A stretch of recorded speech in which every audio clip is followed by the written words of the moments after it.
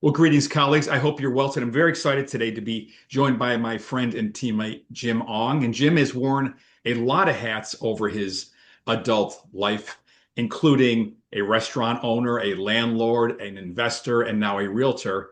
And now he's diving very deeply into the world of AI, which we've all heard of, but very, very few of us use it effectively. So, Jim, thank you for spending a few minutes with me today.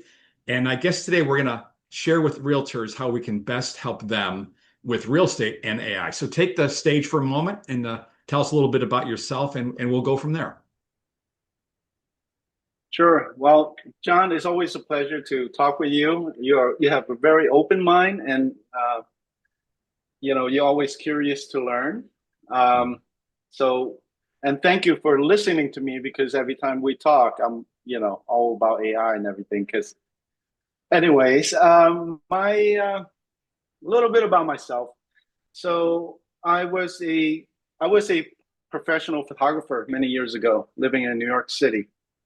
And being a professional photographer working on really high level marketing, I was exposed to marketing very early age in my early 20s. And it's always a big team of people, copywriter, photographers, strategists, strategists, analysts, and all this information. And all these people are very smart and they're very focused on doing what they're doing. Mhm. So, anyways, I always had that. And when I transitioned into real estate, well, real estate, when they say put a house on the market, it's all about marketing. So for me, I took what I learned about marketing into real estate. Um, but then still, we still need a big team of people to do all these different parts, copywriting, writing, taking pictures, and all this other stuff. Um, and at the same time, I was uh, investing in real estate. And I have this really thing about me is a DIY kind of guy. If you can do it, I can do it. Mhm. So, I would work alongside investors. I would work alongside contractors, realtors, hands-on kind of thing.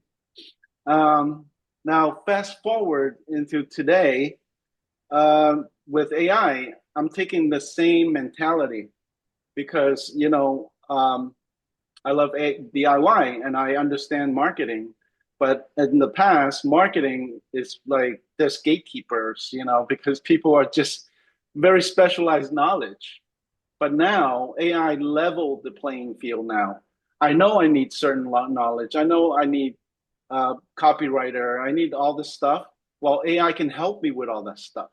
Now, I'm not saying that a good copywriter is worthless or a good photographer is worthless. They're worth every penny. But some of us, we don't have the budget or the time to learn all this stuff. While AI really opened all the doors for us. And that's why I got really into it because I see this huge opportunity. Um, and then, in the past, how I got into real estate was because the real estate market crashed. It changed. So I saw an opportunity there. Um, Same thing with AI now, because it's basically the workforce has changed because of AI. So I see that as a great opportunity to do something. But yeah, that's the long story of my life. No, I think it's very interesting because you've used your experiences both as a investor, landlord, realtor, restaurant owner. They've all got something in common, and it's marketing, right? And so what we're trying to convey here today is helping realtors use the AI tools that are out there to become better marketers, better realtors, better script writers, better, whatever it is. I know that I've used it myself sparingly compared to, what you have dove into. But I had a situation where I basically put the contract into ChatGPT, and obviously we'll talk about the other AIs out there, but I let it help me write emails based on the two types of individuals I was dealing with, whether they, both influent people and one on one side of the table, one on the other, and best how to present it. So it's been very, very helpful for me in the little bit that I've used, and I'm using it more and more every day. And I just for those, Jim is he's quite an interesting guy when it comes to not being afraid to doing it yourself. And if I could show you the room I'm sitting in, he and I put the crown molding up. I helped, and he did most of the work. But even little things like that, you know, with experience, you get better at things, and that's for sure the same with artificial intelligence. Like anything, everything can be used for good and bad, and we truly believe that this is a tool that we're all going to benefit long run. So, Jim, I wrote some questions down. I hope you don't mind. And the reason I do that is Sure. I try to take some time and write the right questions and share with you and the viewers so we don't miss anything. So, how did you become such a passionate person about AI? Because I know this has been really dominating your life over the last 6 months or so. Yeah, well, like I mentioned before, I'm a very DIY kind of person, and I know all the moving parts of what I need to do. Um, so I always knew that I need to get ranking on Google. Now, when I turned ranking on, I'm totally lost. I don't know. It's like, okay, well, now I understand why they charge thousands of dollars to do this because it's tedious. Well, with AI, it opened the doors for me and it just helped me walking through all this stuff and able to make it happen.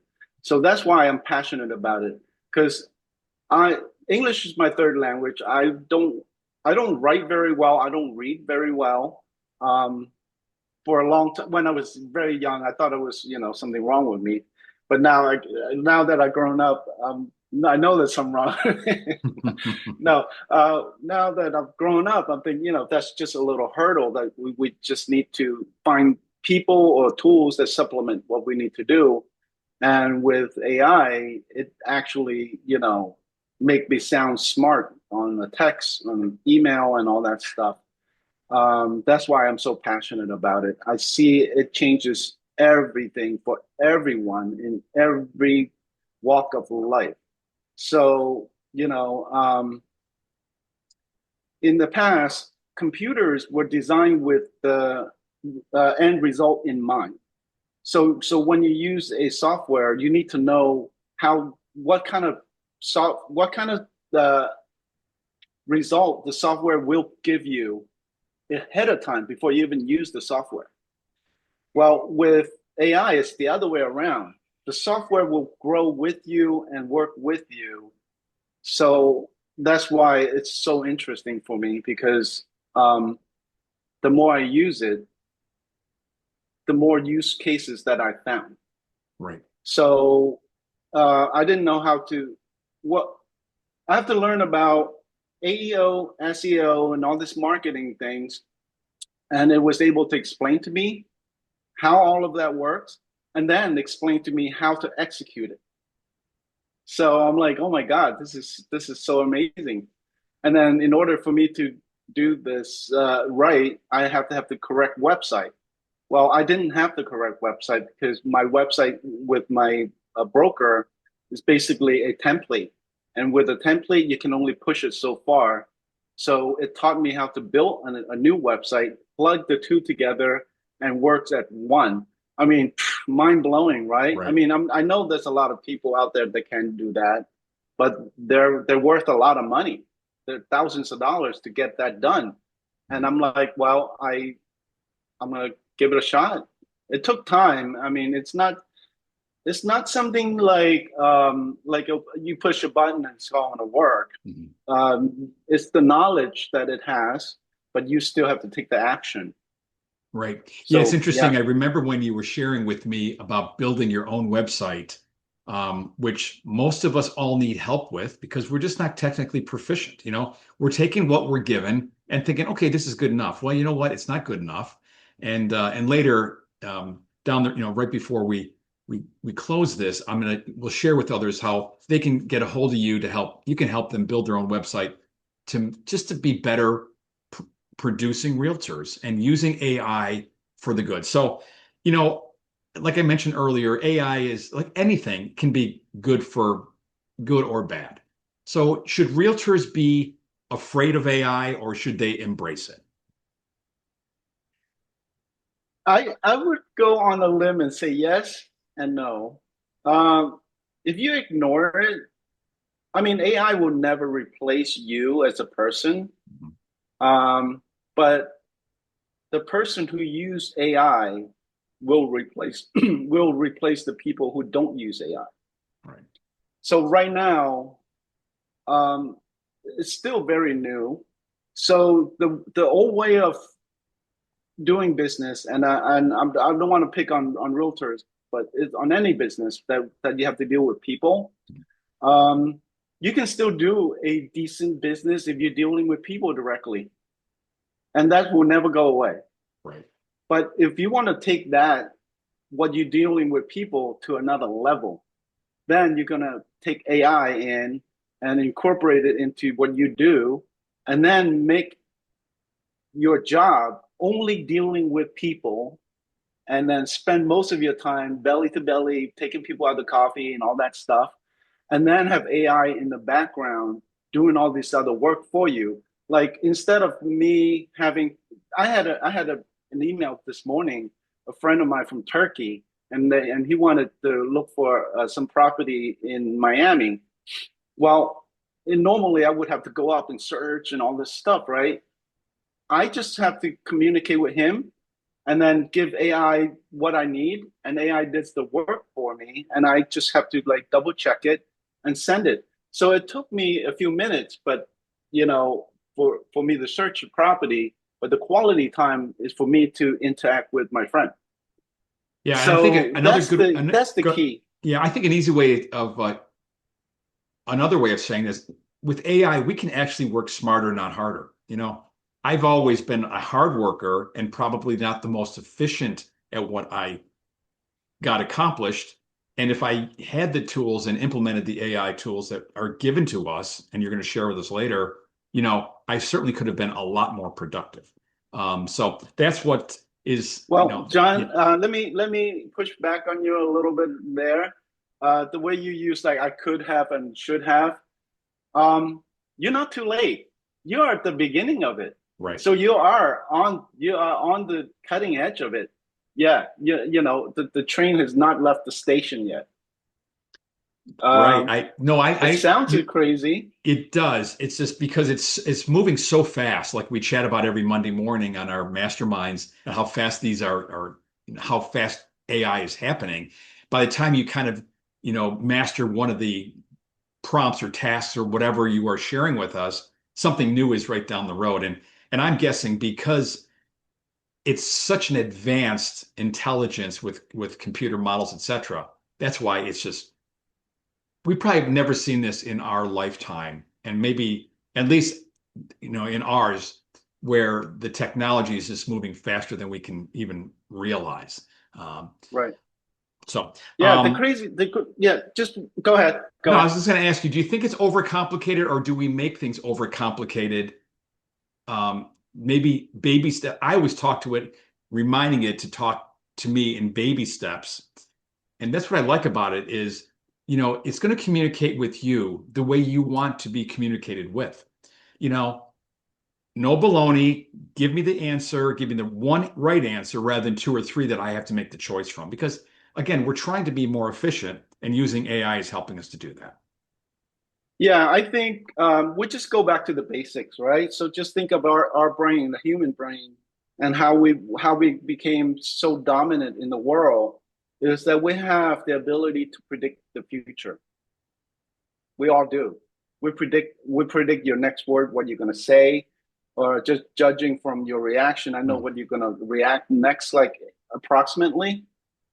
So when we go and use a new tool, our brain is going back to in our mind and just trying to predict what to do next. Well, we're predicting the master of prediction, which is AI. AI built on prediction. So it takes all this large language model and it takes all the words and it cramp into this thing and what's the next word pops out. And that's basically how our minds work.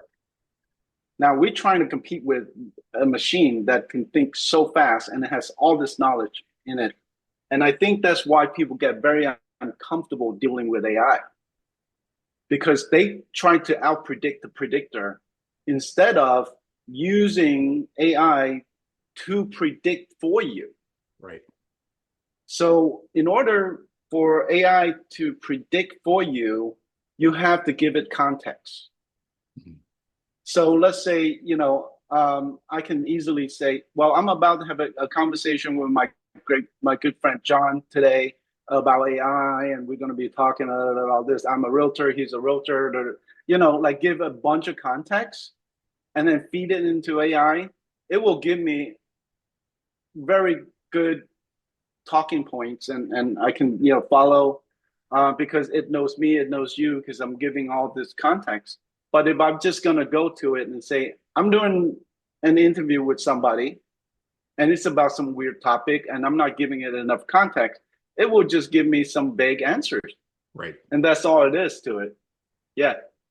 Yeah. And yeah, we've, and for those of us joining us for the first time, Jim and I talk about this often, but, when you're setting up your prompts, so we'll talk about that as well.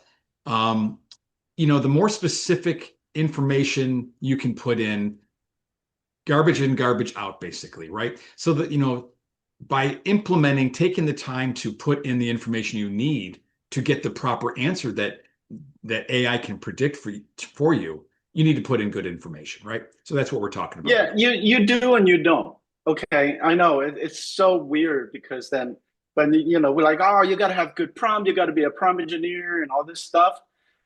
Yes, at one point it was like that, but today, all you have to do is express yourself, and then all you have to do is ask it, hey, if I want to accomplish this XYZ, what am I missing? So then it go, oh, if you were gonna ask me how to cook you know, a best meal ever, well, you're missing these ingredients. Or it will tell you. Because Mhm. here's the thing, right? If you don't know what you don't know. So when I hear people say, oh, you gotta have good prompt, well, I don't know what a good prompt is.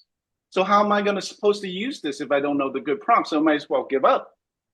So you can start by saying, I don't know what a good prompt is, but I need to work with this agent. What kind of prompt should I use? And Right. they say, oh, if you're gonna go on a listing appointment, these are the prompts that you use. So you ask AI how to use AI. And that's really, on today's talk, the only thing that I want people to walk away with this talk, it's not about technical stuff. It's not about what AI is, how AI is taking over, and all that stuff. I just want you, the viewer, to have a bit of different mentality about AI. It's just thinking about it differently. Once you make that shift, you really don't need anything but curiosity. Right. If you're curious about anything, and then you talk. It's like a child. So it's like, Dad, why is the sky blue? And so, well, because it, and then why is that? I mean, because of, so you keep going and going. You can treat AI the same way. Don't just take the first answer, just what it tells you, and then it tells you something. You say, why is that? It tells you something. Why is that? You tell me something. Why is that? Then, and it really explain everything to you. Jimmy, you've And mentioned the that's word prompt numerous times, and so have I in this. So explain what a prompt is basically. And let me share with you what I think a prompt is, because I'm in most agents are going to be in my level of AI where you're advanced here. So a prompt is basically is simply, and correct me please if I'm wrong, a question that I'm going to put into the chat to start a conversation. And I will share a one that I've been working on this morning with everybody. We're all health conscious today. So if I asked it to create for me some recipes that will help me lower my cholesterol, etc., and maybe with the goal of losing 10 pounds, that is a prompt, right, Jim? yes. Basically, the uh, large language model is just a machine.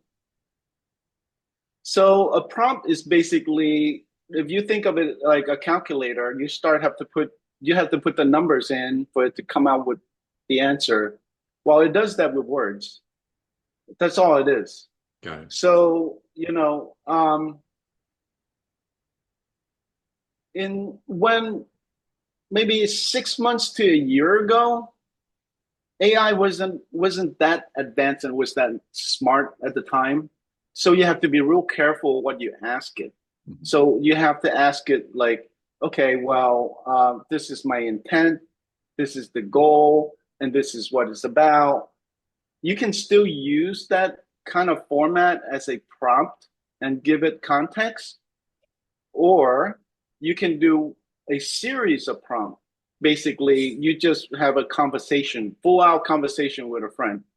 And then all of the entire conversation, at the end of the conversation, you can ask it, based on my conversation, can you tell me XYZ? Now, the reason why I'm saying that, because we all kind of explain, we when we talk to somebody, we explain for a few minutes before we able to understand each other. Mhm. The prompt engineer does is, instead of explaining everything, the prompt engineer say, okay, if this is the outcome you want, you need to have the beginning of the prompt, the middle of the prompt, and the end of the prompt. You don't need that. Nobody is you don't need to train as a prompt engineer. You just need to be able to communicate regular English.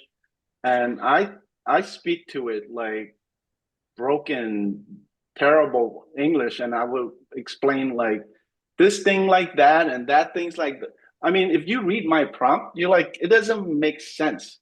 But then as we keep going 2 or 3 times into it, the AI gets it. Mm. And they go, this is what you want. So yeah, you don't have to be like a perfect communicator. Got it. That's the good thing about it. Yeah. Don't beat yourself up about prompting. One of the lines It's that not we've necessary. one of the lines we've used often in our conversations, and you mentioned it over and over, is that what AI has done is really leveled the playing field for good communicators and the non-good communicators, because it's helping us communicate better if we use it properly. So, Jim, since most of the audience is realtors, and hopefully there'll be, different professions watching this as well, what would you suggest to the realtor who's never looked into AI? What's the first thing that they should be doing? The first thing they should be doing is just start using it. Just turn it on and ask it, who are you? How can you help me? And then it will, start asking questions, and then just pour your heart out to it. I know it's kind of weird, but here's the thing. If you if you're not a if you don't know how to drive, and you need to travel from point A to point B, and you used to be walking, I walk up to you and hand you a bicycle or a car or something like that. You just don't know how to drive there. You don't know how to use it. Mhm. But as you do, you go around the block, you just go down the street, and then before you know it, a year from now or maybe months from now, you're like, oh my God, I should have started earlier. You know, there's so much that it can do. Now, I'm gonna I'm not gonna be able to look at you and say, this is how AI can help you. I have no idea how AI can help you, because everybody start out on a different level, right? So some people are great at their job and they really don't need AI, but they need AI for emotional stuff. Like they use AI for, venting about their boss, venting about their dogs, whatever it is. But in that sense, it actually helped them better at their job, not directly working, do the job for them, but because freeing up their mind, now they're like happier at their job. But on the other spectrum, where somebody who spent a lot of time on the computer and writing a lot of research and all this stuff, well, AI can take all of that off their plate. And now they can spend time with the family and, so it's very different. But as far as realtors, it helps you understand contracts. It helps you, an example, you're going to get a weird text from a seller or a buyer that's complaining about something that you didn't do. Well, as a realtor, the first thing you do is get defensive because you're like, oh, that's not my fault. And, but at the same time, you don't want to hurt their feelings. Well, AI can help you soften all that. Because if you put that into AI and say, here is what my client texting me, and here's what I'm about to text back. AI is going to say, no. Wait. Let's just, soften that a little bit. So with realtors, we deal with a lot of stressful clients, and sometimes they feel our stress as well. Mm-hmm. AI doesn't have any stress. So AI can really like help you smooth things out. Yeah. And also follow up.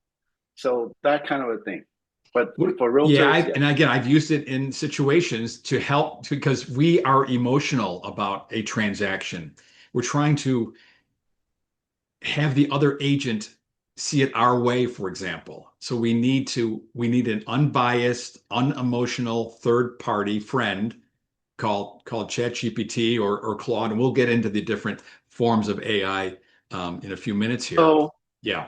Yeah, and also, when a new realtor or even experienced realtor sometimes overpromise some things, because we want the deal so badly that we would just say whatever, to get the deal. Well, AI will pull you back on that a little bit, keep you compliant, give you, all these things about, well, instead of giving an answer off the bat, you better off say, you know what, I have an attorney that you can call, or why don't you call my friend Ryan, the mortgage broker, and he'll give you the answer. Well, I know we make those mistakes all the time, right? Because they're like, what's the interest rate? And you just blab it out and why this and why is that? Because you feel like you need to give them this kind of information, but you don't have to. There's a way to get around that, and AI helps you walk through that kind of stuff very, very smoothly. Yeah. Or as another way we say it is like stay in your lane, bro, right? So let's do our job, but using our colleagues, our other service providers to provide the right information. And if we're not sure, talk amongst each other and then use AI to help us, give the correct answers. We know that. And in the morning where we have coffee and we think straight, we do that. But in the evening, when like the whole day of showing house, they turn down every single deal, and they don't like the color of the door or something like that. And then another client call has no idea the day that you've gone through, and now you kind of like blah out a different conversation with somebody who just wanted to ask for some advice. So that's kind of thing that AI can be really good with realtors. And I not to plug this, but ask GPT it's like a regular GPT, this kind of thing, because it will give you this very vague answers. In this kind of situation, you want to build a custom GPT that understands you, it sounds like you, and you put all your preferences in there. Then it's a little bit better, because I know realtors use it this way and they don't like it because they use general AI. General AI will give you a blah AI slop kind of answer too. So that's. And I know this is a little off subject, but I remember teaching a class at my old brokerage where I would always suggest to an agent to never pick up the phone if you're not in the right mindset to pick up the phone, right? And it's similar to your example here of, you've had a rough day or whatever, something happened, and then you get that call in the evening. So where ChatGPT is helping us stay centered, if you don't have to answer the phone every time, okay? You don't have to respond to an answer immediately. Allow colleagues, friends, your broker, your manager, ChatGPT to help you craft the right answer. Um, they take the emotion out of it. They kind of help us answer the question in the proper format and style. So, Jim, the next question I have is, what have you been using or have you helped realtors create with Facebook posts, LinkedIn posts, YouTube videos, scripts, whatever it might be using AI? What have you seen in that area? It's been changing very, very quickly Mhm. in this kind of area. But here's the thing, right? In order for you to be doing all this thing, you kind of have to learn each platform. So you have to learn how to use YouTube, or you have to learn how to use Facebook. You have to learn how to use Instagram and all this other stuff. Well, it's complicated. What AI can do is that you don't have to learn those things. Mhm. What you have to do is you just have to capture the screen and you stick it in here. Say, I want to do a post here in Facebook, and then say, okay, well, what do you want? And you go through kind of conversation, and then you created a post, and then you follow it step by step, and you post it on Facebook, and then you go back to it and you say, can you match this for Instagram? Well, you don't have an Instagram account, let's just say. Now, okay, it'll walk you through how to open an account, how to get it all set up, and then teach you how to post it on there. And then you go, well, okay, this is great. And a couple of weeks later, and you're like, I'm gonna attack Google. I mean, yeah, Google profile. And then you're gonna start a Google profile, and then you're gonna match all this stuff. So the reason why I know all this is that AI in the past, there's a thing called SEO, search engine optimization. Right. Basically, that's under Google. Google do keywords and then you can find it. While today AI is called AEO, answer engine optimization. What AI does is it's a customer asks a question and AI go and find the answer. But when they find the answer, it has to verify different platform. So found John.Rurkowski. Is John.Rurkowski on LinkedIn? Is he on Facebook? Is he on YouTube? And so and so. And then they're going to compare all the messages across the board. And then John has a consistent answer across the board. AI say, this guy is for real, and then recommend. Got it. So that's what AI can do to help agent to spread out, because you can have a lot of 5-star reviews on one platform. Somebody else don't have all the reviews, but they have a spread out, they have more of a footprint. They're going to get recommended as the expert. Yeah, it's Is that interesting. funny? Yeah, we've been talking about Google business profiles, in the last few months, you and I, and you've mentioned how, if somebody goes into ChatGPT or another AI and asks for, the best realtor in my area, the one with the most reviews may not be the one coming up. It's going to be the one that's got, like you mentioned, the biggest footprint, and that the GPT, the AI, can actually verify that this person is the best one in the area, rather than 5-star Can reviews. I can I show can I show it to you in real life? Sure. If I can share the screen, does that Yeah. work? Yeah. Let me make you co-host here.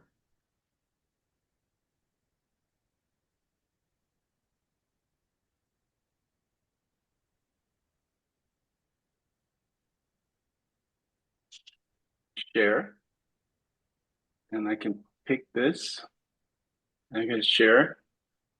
Okay, so you see me here? No, I see your AI note taker. Okay, here. Yes. Okay, you Google search best realtor in Pinellas County. That's like most people do. They Right. just do a generic search. I'm not on the front page, but 60 days ago, I did not exist on Google. Okay. Today, this is me on I think I just saw you, Jim. I think, one, two, and three. See the little O? yeah. I'm on the page. Now, most people here I am. I started this 60 days ago. I only have 5 reviews. The funny thing about reviews is after a while, clients just stop doing your reviews. I don't know. We still hang out and stuff, but they're like, but you see the people on top, the person right on top of me right here, 189 reviews. Hmm. The person below me, 43 reviews. This one, 80 reviews. Um, so look at this person, only 1 review. But because of what I have done for myself is I create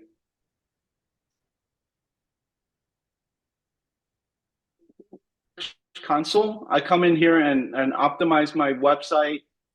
And on my website here, I have like I have all these blogs and all the message on my blogs match everything I have on my YouTube.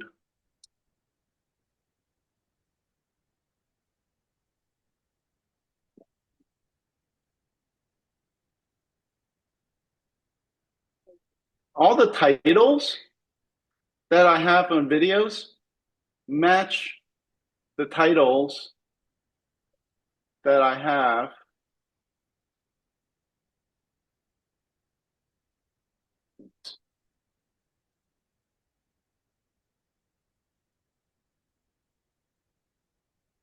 Dallas County, all these, because AI go and search all these different locations, and you just have to take your time with it. Uh, so over here as well, my posts, all the names are very similar to all my videos, Got it. but these are very short. So this is how I understand the future of search. Now, I'm to be honest with you, I am not expert, but because of AI, I was able to execute this without hiring an expert. Wow. Very interesting, Just Jim. need to, you just need time. That's all it is, Yeah.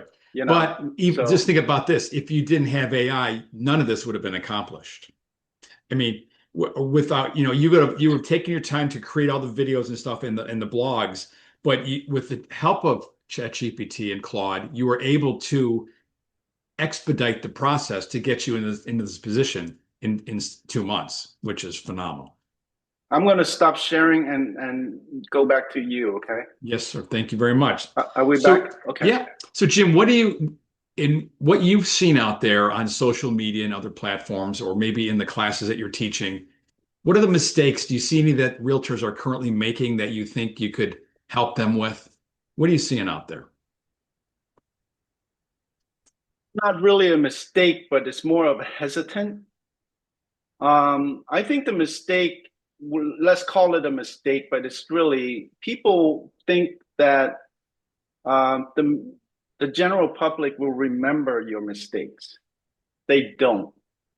You can make 100 mistakes today. By tomorrow, no one remembers. Mhm.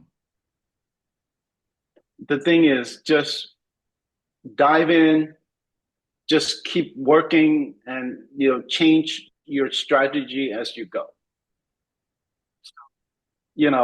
Don't overanalyze things because the world is moving so fast. There's so much noise out there. I don't care how much you advertise or market, if you don't constantly in front of somebody's face, they forget about you. So let's say if you make a mistake somehow, well, just keep moving because people will forget you in about 2 minutes. So that's not really a mistake. I guess the mistake is not doing it. Got it. That would I be agree. Yeah, just that would be not the thing. not taking advantage of the technology today, maybe being afraid of it. And many of us are like that, even with the things that weren't so technical. The whether and we talked about YouTube and making videos for years. How many agents were reluctant to do that because they procrastinated and nothing got done because the lighting wasn't right, the mic wasn't right, the script wasn't right. You have, like you said, just start using this today, and it'll help your business. It'll help you in your personal life. I'm using one as a health, and you're going to help me, customize a GPT just for my health and things like that, which we all can benefit from. So, Jim, I know you don't have a crystal ball here, but where do you see this going in the next few years? I mean, I know the sky's the limit with the technology and how fast it's going, but get your crystal ball out and what do you think? It's interesting because every time I predict something and I take action on it, well, not always right. So I started out with ChatGPT and I learned all that, and I heard about Grok, and Grok is doing all this other stuff, and I jump over to Grok because I got a Tesla, and I'm talking to Grok, and then Claude becomes the person, not the person, the business to go to, and then GPT comes back. So my thing is, you know what, just start doing whatever is comfortable, and don't worry about how what the future is going to be, because here's the thing, right? Doesn't matter if you don't take action. So take action, then the future will be revealed to you, because I think all of us are kind of sitting around and say, oh, I'm going to wait until AI to become like this or that before I do it. Okay, yeah, you're probably right. But what I see, the whole thing about on the global scale as well, I'm just gonna kind of give you this big picture because it's a hard way of predicting the future. But between China and United States, they're both going at it, trying to be the top dog. The thing with United States, the government and the companies are very open to doing AI and all that stuff. So it's very advanced. Okay. In China, they're also open, but the government is very controlling. But the people are very open. So the whole thing that holding us back in America is adoption. Like you and I love new things, and we're learning and we're embracing this whole thing, right? Imagine if everybody in America embrace AI. If they all embrace AI, we would be so much more advanced. The only bottleneck right now is the user who's not willing to use it. Mm-hmm. Interesting. Sure. If Yeah, the future will look very different for different people. Right. So if the people who embrace it, it's great, it's fun, we'll have so much excitement looking into the future. But the people who don't embrace it, they're going to say, "Oh my God, this is going to be, the end of human, and AI is going to come and take all my jobs and all that stuff." That's their reality because they're going to lose their job, and they say, "Well, see, AI took my job." Like, no, AI did not take your job. you don't embrace it. So then somebody else who use AI took your job. So that's the future. One last question, Jim. You know, and I don't know the difference between all the different types of AI. So if a novice or even an experienced person with AI wanted to figure, hey, what would be the best AI for me to use? How would they find that out?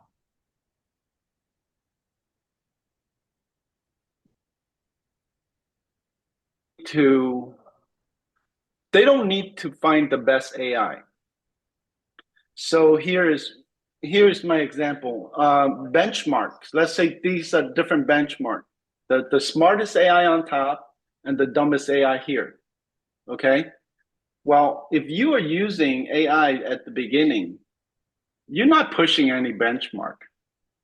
So you don't need to be on any, unless you use one AI to the top of the benchmark and you're like, I need to go beyond that, then you can go to the next one. But if somebody who's just using AI, just start, and they all have free ones right now. So it's basically, and see which one jives with you. Because I've gone through all of them. I went through Gemini, Grok, Claude, and OpenAI. And I always gravitate back to OpenAI because it's not because it's smarter or anything. It's just because how I talk, how so I have friends that love to type. They type faster than they can talk. They use Claude because that's the way it works for them. Mm-hmm. Claude is terrible when you talk to it. It doesn't get you. But I can't type that fast, and OpenAI understand the way I talk. So it works best for me. So for anybody who wants to use it, just test it. Right. And for those who don't Yeah, know, yeah, OpenAI is basically ChatGPT, right? right. That's the Right. company. Yeah. Well, Jim, I know we could probably chat for hours on this. So we just want to thank you for taking a few minutes. I can't wait to share this with everybody out there. And Jim is putting on a class as he does every few weeks in Tarpon Springs, and that's this week, correct, Jim? I think it's I Wednesday. uh on Wednesday, I don't have the address. It's I should be okay. more prepared. We will put that in the Um, description below just for those who can attend that are local. But for those who are interested in speaking with Jim, his uh, information will be directly below the video in the description. And I encourage you to not be afraid to, dive in today if you haven't already. And if you're interested in having a conversation with Jim to see how he can help you, reach out to him. Obviously, you get the sense from this video what just a great guy he is. And I'm just very, very fortunate to say that he's a friend and colleague, and looking forward to many, many breakfasts and meals in the future, Jim, and us helping each other out. So thank you, Jim. it's very kind of you. So yeah, if anybody who wanted to reach me, just type in Jim Ong Realtor in Google. The first 4 pages is all me. So I'm very proud of that. All DIY. But anyway, so yeah, I'm looking forward to hear from anybody who needs help, and we'll figure it out. No biggie. It's all. I'm here to help. I know you are. Thank you. As am I, Jim, and that's why we're having these conversations, helping our realtors achieve more. So that's Jim Ong. I'm John.Rurkowski. I'm really honored to be here today, helping you make wise real estate decisions, whether they be buying, selling real estate, or in your real estate career. If I can be of any help, my information will be directly below as well. And Jim, thank you again very much. Everybody have it make it a great Sure. day. Peace. Thanks, Jim.